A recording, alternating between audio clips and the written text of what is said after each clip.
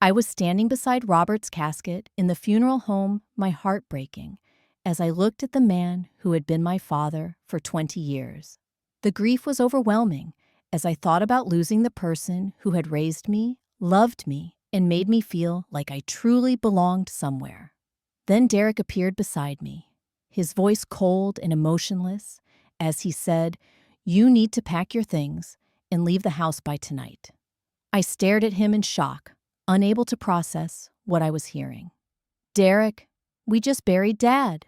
What are you talking about?" His response cut through me like a knife.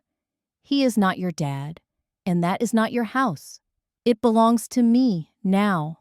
Before I tell you how karma served him the most brutal reality check of his life, drop a comment telling me where you are watching from and smash that like button if you have ever dealt with entitled family members who thought they could walk all over you.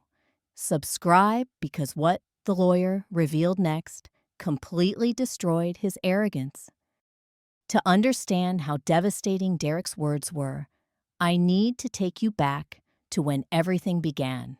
I was 12 years old when my mother Janet married Robert Morrison, a widower with a 16-year-old son named Derek. My biological father had died in a car accident 2 years earlier, and Mom was struggling to raise me alone while working 2 jobs to make ends meet.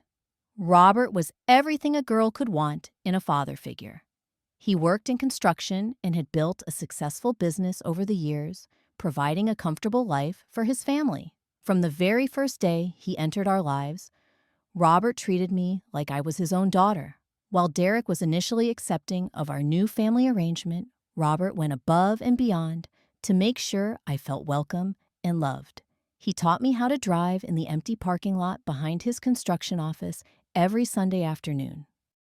When father-daughter events came up at school, Robert was always there proudly wearing his best suit and telling anyone who would listen about my academic achievements. He paid for my college education without hesitation, always saying, "Education is the best gift I can give you, sweetheart."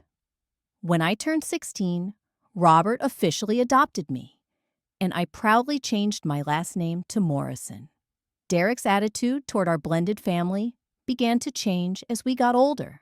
While he had initially accepted me as a sister, jealousy started creeping in as Robert and I developed a close bond. Derek struggled in school and eventually dropped out of college after his freshman year coming home to work with Robert in the construction business. He would make snide comments about blood being thicker than water whenever family decisions needed to be made. When Derek was 25, he married a woman named Ashley, and they had 2 children together. However, their marriage fell apart after 3 years due to Derek's gambling addiction and irresponsible spending habits. The divorce was messy, with Ashley getting primary custody of the kids and Derek owing substantial child support that he struggled to pay. Throughout my 20s, I built a successful career as a marketing manager at a large corporation. Robert was incredibly proud of my achievements, often bragging to his friends and coworkers about his daughter who had made something of herself. He would frequently say that I was proof that love makes a family not blood. Meanwhile, Derek became increasingly bitter, especially after his divorce, and would often show up at the house asking Robert for money to cover his gambling debts or overdue bills. When Robert was diagnosed with cancer at age 68, I immediately took 6 months off work to care for him full-time. I moved back into my childhood bedroom and spent every day driving him to doctor appointments, managing his medications, and making sure he was comfortable during his treatment. Derek, on the other hand, rarely visited during Robert's illness, always claiming he was too busy with work to come by regularly. During those final months, Robert would often tell me how grateful he was to have me in his life. "Marissa, you are the daughter every father dreams of," he would say during our quiet moments together. "You have given me more joy than I ever thought possible." Even as his health declined, Robert maintained his sense of humor and his unwavering love for our family. He never once made me feel like I was anything less than his beloved daughter. The funeral service had been beautiful, with over 200 people attending to pay their respects to Robert. I had organized every detail myself because Derek claimed he was too busy with work commitments to help with the arrangements. The cost of $12,000 came entirely from my personal savings money I had set aside for my own future, but gladly spent to honor the man who had given me everything. During the service, Robert's friends and coworkers shared heartwarming stories about his kindness, his work ethic, and his pride in his family. Many people mentioned how he would light up whenever he talked about my daughter Marissa and her accomplishments. The pastor spoke about Robert's generous spirit and his belief that family was built on love and commitment, not just shared genetics. Derek's behavior throughout the funeral was concerning and inappropriate. He arrived 20 minutes late, wearing a wrinkled shirt and pants that clearly had not been properly pressed. While I was greeting mourners and accepting condolences, Derek spent most of his time outside the chapel on his phone, apparently conducting business calls during his father's funeral service. I noticed Derek barely shed a tear during the entire ceremony. Instead of focusing on honoring Robert's memory, he seemed more interested in scanning the crowd and making mental notes about who was attending. During the graveside service, I overheard him talking quietly to Ashley, his ex-wife, who had surprisingly shown up. "Finally gonna get what I deserve," he muttered, seemingly more focused on his inheritance expectations than grieving his father's death. As guests began leaving the funeral home parking lot, Derek approached me with an aggressive posture and a cold expression I had never seen before. "We need to talk about the house," he announced loudly, drawing stares from departing mourners. "Derek, this is not the time or place for this conversation." I replied, still reeling from the emotional weight of the funeral service. "It is exactly the time," he insisted, his voice growing louder and more confrontational. "Dad is gone, which means his house is mine now. You need to pack up and move out by tomorrow night." I felt like I had been slapped across the face. "What are you talking about? I have lived in that house for 20 years. It has been my home since I was 12 years old." Derek's response was cruel and calculated. "You have lived there as a guest, nothing more. Robert was my father, not yours. I do not care what some adoption papers say. Blood trumps everything else, and I am his biological son. That house belongs to me now." Ashley stepped forward to support her ex-husband, which surprised me given their contentious divorce. "Derek is right, Marissa. That house should stay in the Morrison family bloodline. You have had a good run, but now it is time to face reality." Uncle Tom, Robert's younger brother, tried to intervene and calm the situation. "This conversation should wait until everyone has had time to process our grief," he said diplomatically. Derek turned on his uncle with fury. "No, she needs to understand her place right now. I have been patient for 20 years, watching Dad treat her like she was more important than his actual son. Well, that ends today." Several cousins and extended family members were murmuring their agreement with Derek, clearly believing that biological relationships should take precedence over adopted ones. I felt increasingly isolated and attacked, surrounded by people who apparently saw me as an outsider, despite 2 decades of shared family experiences. Derek delivered his final ultimatum with shocking cruelty.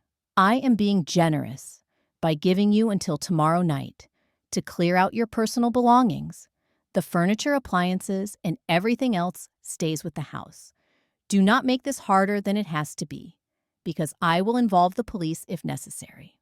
standing there in the funeral home parking lot, still wearing my black dress, and holding the program from Robert's service. I felt utterly devastated. In the span of one conversation, I had lost not only my father, but potentially my home and my sense of belonging in the family I had considered mine for 20 years. The next morning, I called Robert's attorney, Mr. Richard Patterson, to schedule an emergency meeting about the estate. I had no idea what legal provisions Robert had made, and Derek's confidence about inheriting the house was making me question everything I thought I knew about my place in the family. When I arrived at the downtown law firm, I was surprised to find Derek already there, sitting in the formal conference room with Ashley by his side. He was dressed more professionally than I had seen him in years, clearly treating this as an important business meeting rather than a family matter. "Well, well," Derek said, with a smug smile as I entered the room. "I figured you would show up to try to grab whatever scraps Dad might have left you. Do not get your hopes up, though. Ashley and I have been talking to some lawyers, and the law is pretty clear about inheritance rights for biological children." Ashley nodded in agreement, adding, "We did some research online, and adopted children do not automatically get the same inheritance rights as natural children, especially when there are biological heirs involved." Derek was practically glowing with confidence as we waited for Mr. Patterson to begin the meeting. He kept making comments about finally getting the respect I deserve and how he planned to sell the house immediately to start fresh somewhere else. "Maybe I will buy something smaller and use the rest of the money to pay off my debts and get Ashley back," he mused aloud. Mr. Patterson entered the room carrying a thick folder and wearing the serious expression of a man who had been practicing estate law for over 30 years. "Thank you both for coming today. I know this is a difficult time, and I want to ensure that Robert's final wishes are carried out exactly as he intended." Derek interrupted impatiently. "Can we just get to the house part? I have things I need to arrange, and I want to get this settled as quickly as possible." The lawyer methodically went through the smaller bequests. First, Robert's tool collection went to his nephew, who worked in construction. Family photographs were designated for his brother Tom, and his vintage fishing equipment was left to a longtime friend. Derek was becoming visibly agitated with each minor bequest, tapping his fingers on the table and checking his watch repeatedly. Finally, Mr. Patterson reached the section Derek had been waiting for. Regarding the family home located at 1247 Oak Street, valued at approximately $450,000. Derek leaned forward expectantly, already smiling in anticipation of his victory. The lawyer continued reading in his measured professional tone. "I leave this property in its entirety to my beloved daughter, Marissa Morrison, who has brought more joy to my life than I ever thought possible." The silence in the room was deafening. Derek's smile slowly faded as the words registered, replaced by a look of complete confusion and disbelief. Ashley's mouth fell open, and she stared at the lawyer as if he had spoken in a foreign language. "What did you just say?" Derek demanded, his voice rising to nearly a shout. "That cannot be right. Read it again. There must be some mistake in the paperwork." Mr. Patterson calmly repeated the bequest, then continued with the rest of Robert's wishes. Derek inherited the construction business equipment and tools, while Robert's savings account of $60,000 was to be split equally between Derek and me. The lawyer also read aloud a personal letter Robert had written specifically for me. "Marissa, you made my later years the happiest of my life. You showed me what unconditional love truly means, and I am proud to call you my daughter." Derek's reaction was immediate and explosive. He jumped up from his chair, his face turning bright red as he shouted, "This is impossible. He is my father, not hers. She manipulated him somehow. This will is fake. Ashley was pulling at Derek's arm, trying to get him to sit down as other people in the law office began staring through the glass conference room walls. Derek, please, you are making a scene. Everyone can hear you. Derek turned his fury toward the lawyer. She brainwashed him. She spent all that time taking care of him just to get her hands on his money. This will cannot be legal. Mr. Patterson maintained his professional composure despite Derek's outburst. The will was updated 2 years ago and was properly witnessed by 3 independent parties. Robert was of sound mind and under no duress when he made these decisions. The lawyer went on to explain that Robert had consulted extensively with him about inheritance laws and the implications of his choices. Robert had specifically mentioned Derek's absence during his illness and his pattern of asking for money rather than offering emotional support. The documentation showed Derek requesting financial assistance multiple times over the past 5 years, but visiting his father only when he needed something. Derek was becoming increasingly desperate as the reality of the situation sank in. I will fight this in court. No judge is going to let some adopted kid steal my inheritance. That is certainly your right, Mr. Patterson replied calmly. However, I should inform you that Robert anticipated this possibility. We have security footage from this office showing his mental competence during will preparation medical records, confirming he was not under any medication that would impair his judgment, and detailed notes about his reasoning for these decisions. Ashley's demeanor had completely changed as she realized that Derek would not be receiving the windfall she had been counting on. Maybe we should have visited more often, she muttered under her breath, already seeming to distance herself from Derek's emotional breakdown. Derek whirled around to face her with rage. You said this was a sure thing. You said family law always favors biological children. What am I supposed to do now? At Mr. Patterson's suggestion, I read Robert's personal letter aloud. Through tears, I shared his words.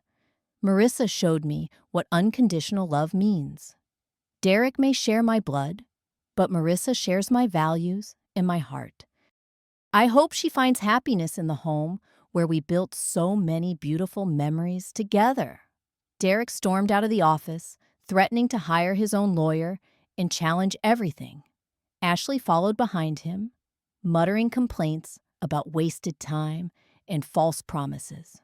Mr. Patterson assured me that Robert's will was airtight and that any legal challenge Derek might attempt would be both expensive and unsuccessful. The week following the will reading was a whirlwind of emotions and practical arrangements. Derek did attempt to challenge the will, hiring a cut-rate attorney with money he borrowed from friends. However, the lawyer quickly determined that the case had no legal merit and advised Derek to accept the reality of his situation.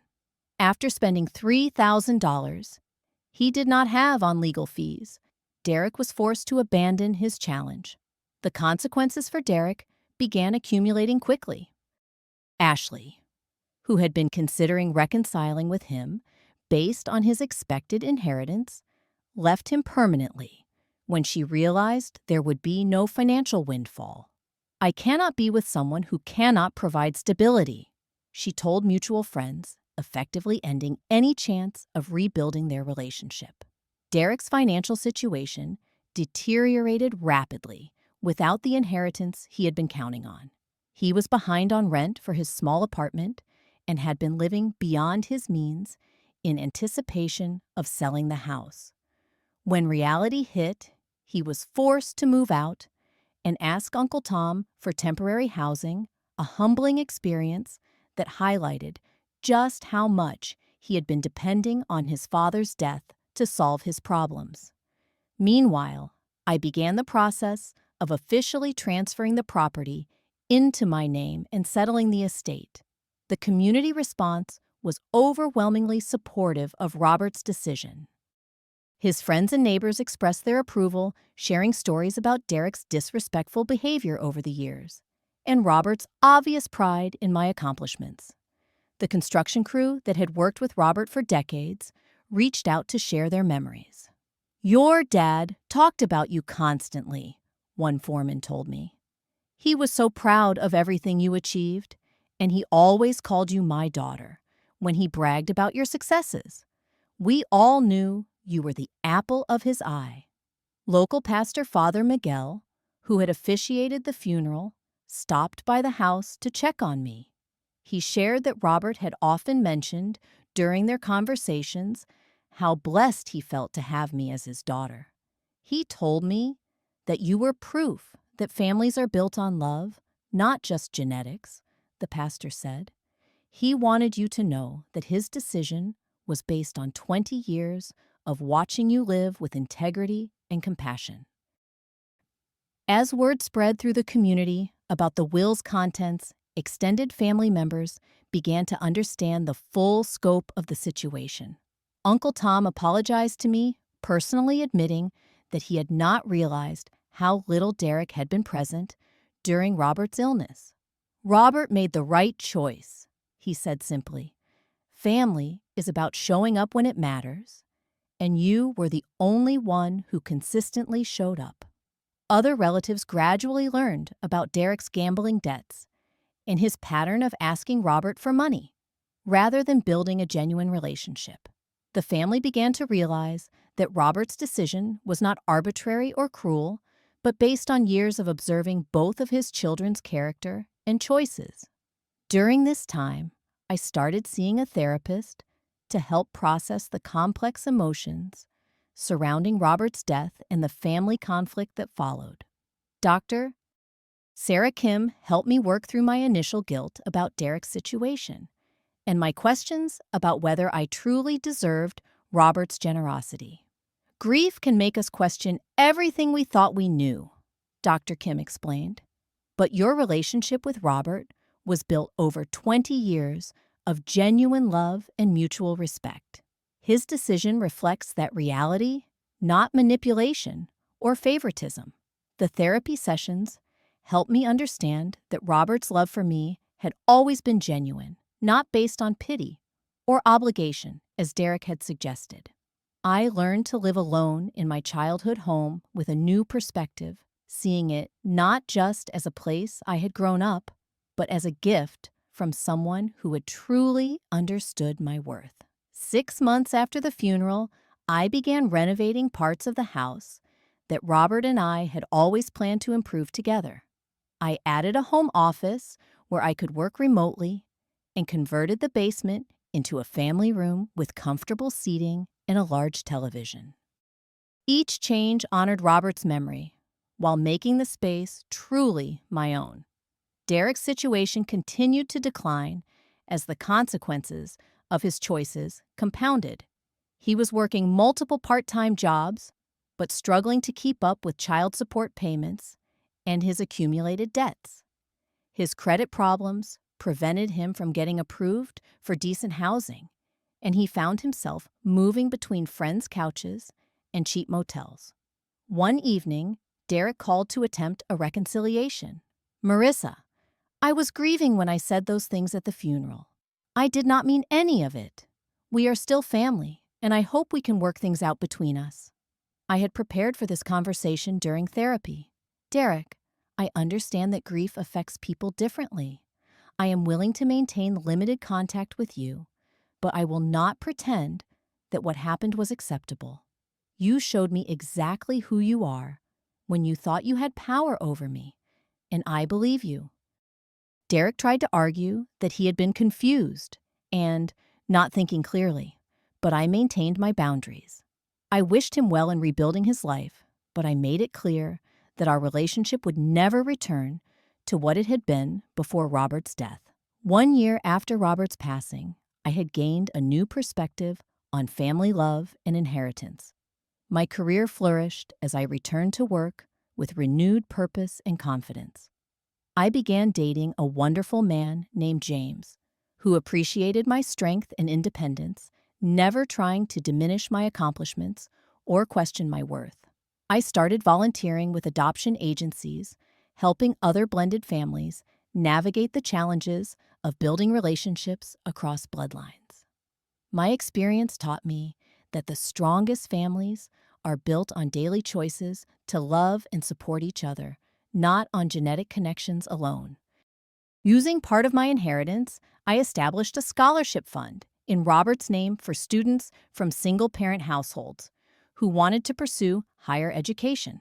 The scholarship reflected his belief that education was the best gift anyone could receive in his commitment to helping young people build better futures. Derek and I maintained minimal but respectful contact. He eventually found stable employment and began addressing his gambling addiction through counseling. While our relationship would never be close, we reached a place of mutual tolerance that honored Robert's memory, without requiring me to accept unacceptable behavior. The house became a sanctuary where I could honor the past while building my future.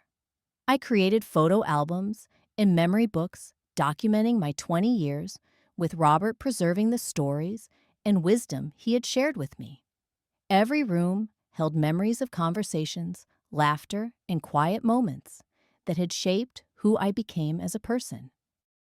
The greatest lesson I learned was about the difference between entitlement and earning love through consistent actions. Derek had assumed that sharing Robert's DNA automatically made him more deserving of inheritance. But Robert understood that real family relationships require ongoing investment of time, energy, and genuine care. I came to understand that inheritance is not just about money or property.